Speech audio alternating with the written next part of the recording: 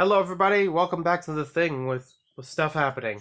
Earlier today, I uploaded two videos about the Bionicle Quest for Masks, Deck 1 and 2, going through the inventory of each of them so you know what's in each of those boxes. I don't know if I have Deck 3. I haven't found it yet. If I have, it's possible I don't, and I'm just gonna have to make space for that. So, this video is about my Lego card binder. Originally, I had this as two separate videos. They were really long, and I was gonna compile everything together afterwards anyway, so I'm like, you know what, screw it. I'm just gonna make the one video here, and hopefully run through this very quickly. Even though it's a lot more stuff in one video, it should be a little more condensed. So starting things off, we have the Bionicle cards that are from what I mentioned, Quest for the Mask, one of several card series from Lego that was related to Bionicle.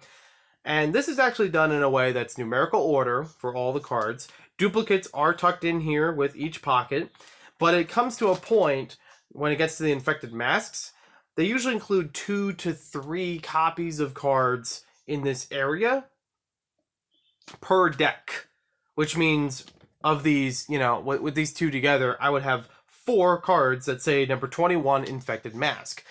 With that in mind, and trying to tuck them all in these pockets side by side, page by page, I thought that was going to be too much. I've actually started to notice that a little bit, and I decided to back it up a bit, and I've created another spot in between them, so that way, when I get the third deck, and inevitably have more of these cards, more duplicates of the same cards, I can add those in between there, nice and easy, and it won't budge the pages of the binder, which is great.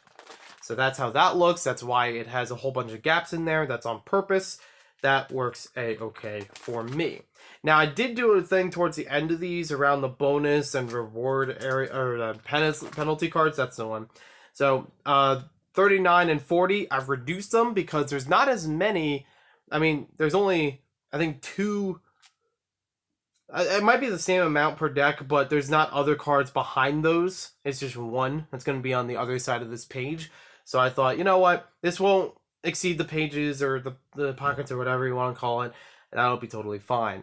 And then it moves into the characters, their different masks. I haven't read through the rules of the game itself, so I don't know exactly how all these things play out. I've never play tested the game. I've only picked this up a couple of years ago, if I remember correctly, when I had a big craze of Bionicle, picking up stuff, collecting it from various sources. I still do that on occasion, but not as much as I did a few years ago. You saw it like every other haul video on my main channel, Maniac for Bricks, was a Bionicle haul, or had something Bionicle in it. This whole area would be for deck 3, that's why it's all blanks here. This would be for 2 other characters. I don't have any of those cards yet, but eventually will. And this was really cool, having a nice divide right in there, because there are 10 cards related to that character or so. So that was actually really cool seeing it divide in the middle like that right before the end of it. So, as far as I know, this goes up to 100. I don't know if there are more cards after that, but I have it saved for just in case. And if I really needed to add more than 108 cards for this, I have another binder. I have this whole thing I could add more pages onto very easily. That works totally fine. I believe there is another set of these decks, but for another series. But I'm not sure at the moment what that case is. I haven't looked into that. I haven't researched. Believe me, I know a lot about these Lego cards, but I don't know enough. I haven't researched every last thing about them. The next series that we have here is Bionicle The Borak Awake. These are the McDonald's promotional cards from Mighty Kids Meals, and I've actually sorted these out before. They were tucked right next to each other, regardless of gaps in numbers. I've now sorted that out for what I already have, so any gaps in between, again, is a number of card I don't have. And I only have a handful in here right now. It goes up to 30. Again, if there are more than 36 cards, I could add in more pages. Works totally fine. Then we get into a whole bunch of miscellaneous cards. So these are ones that may not be a big series or not a series that much, but they're in this next category anyways. The next 6 cards for Bionicle are actually from a board game because they have a whole bunch of trivia on the back of them about each of the characters. It's kind of like these Quest for the Mask things, where it's like they supplement you with the story that the game is based on, so that works totally fine. The next cards after that are Galador related. They had 3 different series of them, maybe 4? I'll have to look in here. They had a couple of different series of cards, very short series of them. This first one has 6 cards. I only have number 3. And they basically have this little screen that you could scan in when you had this available in stores. There would be these little pop-out things from the shelves that you could scan it, and it would decode it. You know, typical kid decoder kind of stuff, and get a message with it, or get something for, like, a code for a game or something like that. I don't remember that much of what was in each of them or any particular examples, but that's the kind of thing it was generally used for. That's what I remember seeing in the advertisements for it. So I've made space for that. 3, 4, 5, 6, and then number 1, starting off series 2. 2, 3, 4. So these again are just character cards. They don't have a lot of trading card playable value to them, but they're cards nonetheless that LEGO produced or partnered with to produce. Then we have series 3, which has 4 cards, and I have all 4 of them and 2 copies of each of them. Surprisingly, I don't really get why they had Nepal on his own card here, and they had these 3 grouped together on one card. They kind of just did that with a bunch of them. Mokar is the only one that is not an actual product. That was canceled. There are only a couple prototypes out in the world. I know 1 or 2 people that have them, which is really cool. I've never seen and played with it myself in person, unfortunately, but I think it's still a pretty neat idea. It's kind of a shame that it was canceled. It's like the only one that you can't have a complete Galador collection without that. Moving on from there, a couple more Bionicle cards, but these are kind of like small inserts. They would be included with some of the figure sets, and they were Kanoka Club cards. So this would basically be a fold-out thing where, you know, you receive one of these. It usually has a character face on it, and it divides into 3 pages, where you get to see if you win in a giveaway, and you get to use the card, the number at the bottom of the card online in order to unlock stuff for different games and so on. There's also rules in the back of it for the giveaway itself. I never won any of these, but that's fine. And I divided that up based on the characters. So the most that I knew that they had these kinds of cards included with the sets, there were 12 characters. So I have 1, 2, 3, 4, 5, 6 spaces for one set of them. And then 1, 2, oh, too many pages. 2, 3, 4, 5, 6 set for the next group of characters. So that works fine. Again, there's room in here for more pages if I needed to. Probably will at some point for Pirates of the Caribbean. They had codes in the back of each of the cards. You might have seen that before. I don't know exactly what they do, if they're for the video game or anything like that. I'll have to try that out sometime later and figure it out. But they came with these cards in the sets, and I have a handful of them. I only have one that's actually been put into the binder so far, but I know I have a couple other ones from like 2 or 3 sets, and I'll try to put those together as well. And again, add pages where I need to. Then the next series of cards is LEGO NBA, and these are cards that there's basically like 2 per player that they made in these minifigure packs. They were like 3 minifigures. They had a little stand to put them on. You could put the card behind them on the stand, and they had a lot of stats for the character or for the players at the time of the release. Definitely different stats nowadays, but I'm not much of a basketball fan, and I only got a handful of these. So I have actually found out how many there are. There's not too many. It's like 40 or something of these cards, which breaks down to about 20 or so characters. Players. I keep wanting to say characters, thinking about the other stuff. These are real people. They're sports players. And basically with each of these, they have a silver bottom, and then they have a gold leaf bottom.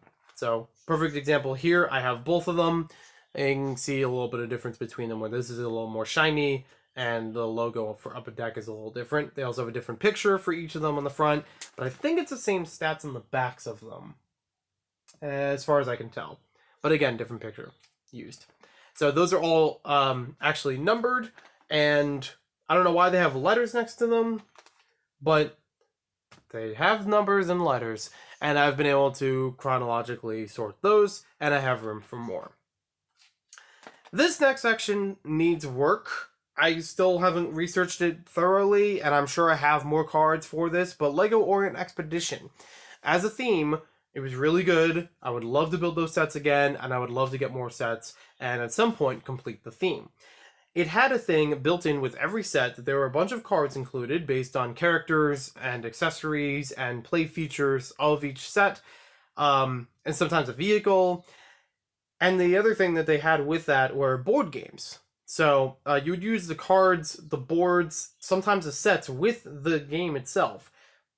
And usually the board games were sold with like the bigger sets that came with each wave of Orient Expedition. So there's that. I only have a handful of the cards that I've sorted in here currently. I'm sure I have more of them around. I just haven't gone back through figuring out which ones. They don't have a particular number order on them, so I haven't really done anything chronologically ordering these. And for right now, I don't have any more of those little plastic dividers, so I just use these. They're already in the binder, which is totally fine. Originally, this was 2 separate binders, but I've now meshed it all together to one big Lego binder, which is totally fine by me. Everything's divided, so it's easy to find it if I need to look back for it. And if I'm going to look for something, I might as well look for everything. It's all going to be here. So, next section is Knight's Kingdom, which is nearly complete. I'm really happy about this. I've completed everything from the first wave when I was a kid, pretty much.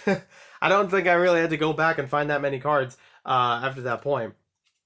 But this is a complete look of them. And there was one card that was haunting me for a long time. I knew I was missing it. I had a whole bunch of these sorted already. And a few weeks ago, lo and behold, I found number 54 Guardian in a bin separate from these cards. So I'm happy that's finally back in here and now has a more steady flow of things. Because I'm like, most of these cards came from either the big figures or the sets themselves. And I knew that I had the set that this card went to, so I had to have the cards somewhere. I didn't really trade the cards, you know? So, yeah. And all of these have a square hole in the middle of them because they're actually used with the bigger figures and part of the game for it. I don't remember all the rules for it. I'm not going to go into it in this video. But kind of a neat idea, changing around different shields for everybody. First series went up to number 80, and then it continued in the following year of Knight's Kingdom 2 at 81, which is kind of neat. It just follows along with it, and it's not like breaking numbers or anything like that. This one does need more work, and I've gotten more of these cards more recently, so I will try to fill in those gaps sometime later, but for right now, I'm happy with this. I don't know if 108 was the last one, but seems pretty final to me. I mean, reading the description of both of these, it seems pretty final. But I can look back on Bricklink and other websites for information and sources about that. Now we move on to Lego Ninjago. So this one is based on the first 2 years, 2011 and 2012. They had a Spinjitzu game, which highly underrated. I would love for those to come back, and I would love to play with those with other people, even adults like me who had some faint interest in Ninjago at the time. I was 16 when these came out, if I remember correctly. So this was really cool. It was, first of all, an easy way to get a lot of the figures, because it was like a $10 pack. You get the figure, you get a spinner. I did a video of it on my other channel. But anywho, they also had a whole bunch of cards, and you would use the cards and the spinners simultaneously to affect your opponent, to put advantages on yourself. It was really smart. And I never really got to play test it with other people, but I still watch the tutorials from back then. That was a lot of fun. Some of them a bit goofy, but the right kind of goofy. So this is currently starting off with Series 1 in 2011. It has star number cards number 1 to 9. They have stars underneath them because they were some exclusive release or promotional release. I know this one in gold was originally from Toys R Us, but it doesn't have the label on there or whatever. Some of them holographic, you know, whatever the case. There's actually one of these I have behind this that's still sealed with a cardboard backing on it.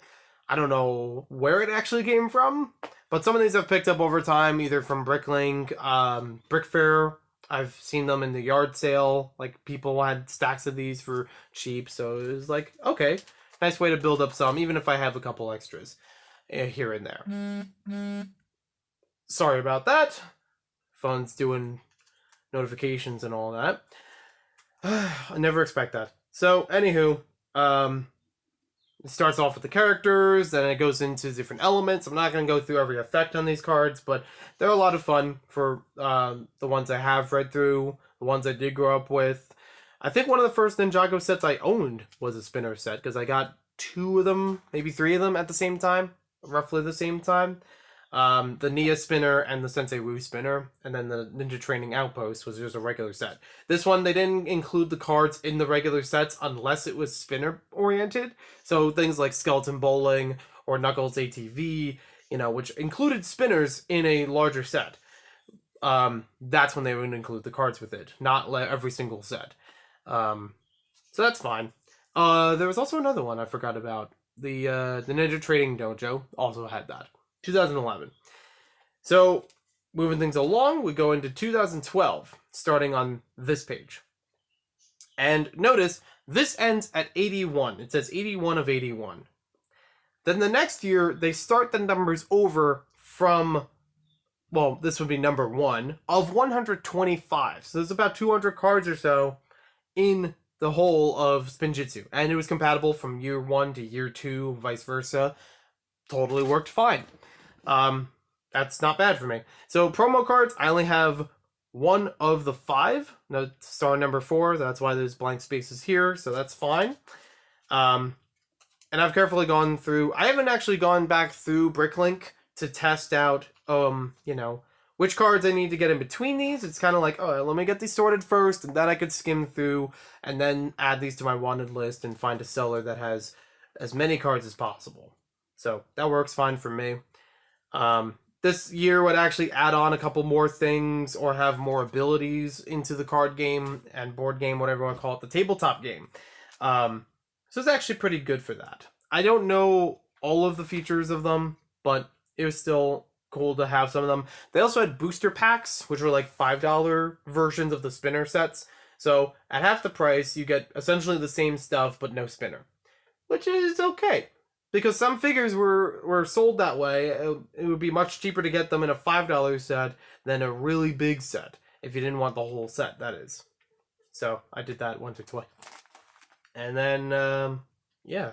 So, a bunch more of those. Then there's a whole bunch at the end where it's like, okay, up to this point, most of the character cards you would need a certain element to match up with it in order to use it. These, you need to use every one of those elements and be sure they match up to it. So that was interesting on its own. After this point would be Legends of Chima. And I'm sure that I have more of those cards, and I probably should have done this before recording this video, but I'll update this sometime later. Anyways, there are more cards that I definitely have elsewhere, and I haven't sorted all of them in yet, but I'll probably pick up more sometime later as well. There were 2 cards as promos that were released with Legends of Chima when they had that tabletop board game kind of thing, card game thing going on. I don't know where exactly they're going to go yet. I could fit them in at the end here because this doesn't fill out the whole page for Ninjago. Or I could fit them somewhere deeper in here. I forget which one I did, but when I find... I know I have one of them, Laval, and the other one is Krager. When I find that, I'll throw it in there. I'll figure it out. So for this one, it actually is a lot less complete than either of those, because I only bought like a handful of the sets and only got a handful of the cards at a time, even used copies of them. This has a weird system as far as how everything was numbered. The bottom left number is basically lining up with every set. If you get a set with a certain character, vehicle, accessories, all those cards will line up chronologically. But if you use the bottom right number, which is often what they used on Bricklink when I was databasing all this, those have a whole bunch of gaps in between them. Well, that's because there's another character in between most of these that I don't have the cards for. That's why it's set up like that. It's weird, but that's how it is. So, there we go on that. And again, I'll figure out sometime later what other ones go in each of these, but at least I have everything sorted out, even the right number of pages in between cards, to figure that out. I know that I have more for this because I have the whole set, so there should be more in here somewhere.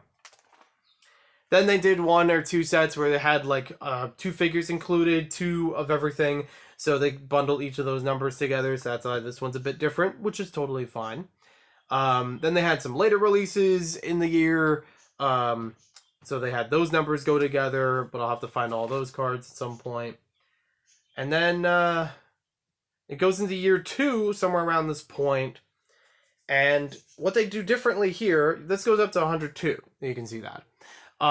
Year 2 of Legends of Chima, they continued the Speedors, they continued the cards and everything like that.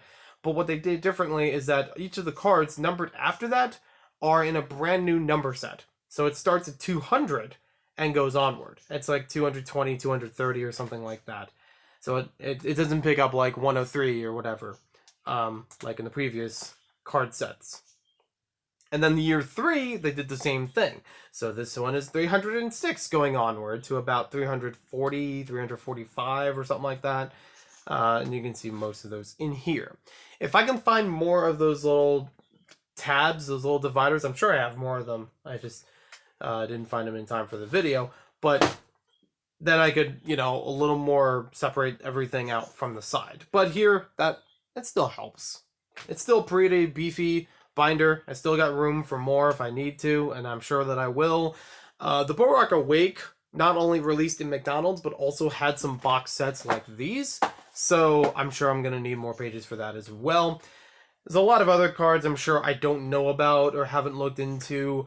There's the Around the World series of trading cards that were released in the UK. I already have that book filled. Luckily, I got that one already sent to me in a trade a while ago, completed 100%. That's awesome. I very much appreciate that.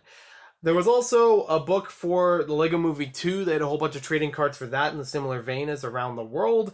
And unfortunately, didn't get a lot of those packs because it was a gift with purchase kind of thing. For getting any of those packs, you couldn't buy the packs themselves.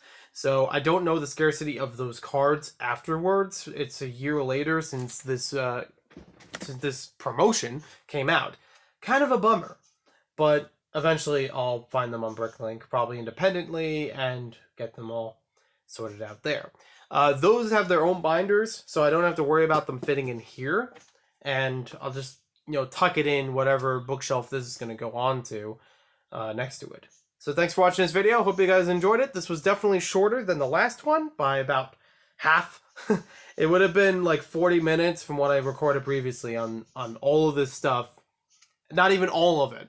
So you got more stuff for less time. That's a win in my book. I see that as an absolute win. I'll talk to you guys later. I'll look for more Chima cards and other stuff I might have missed.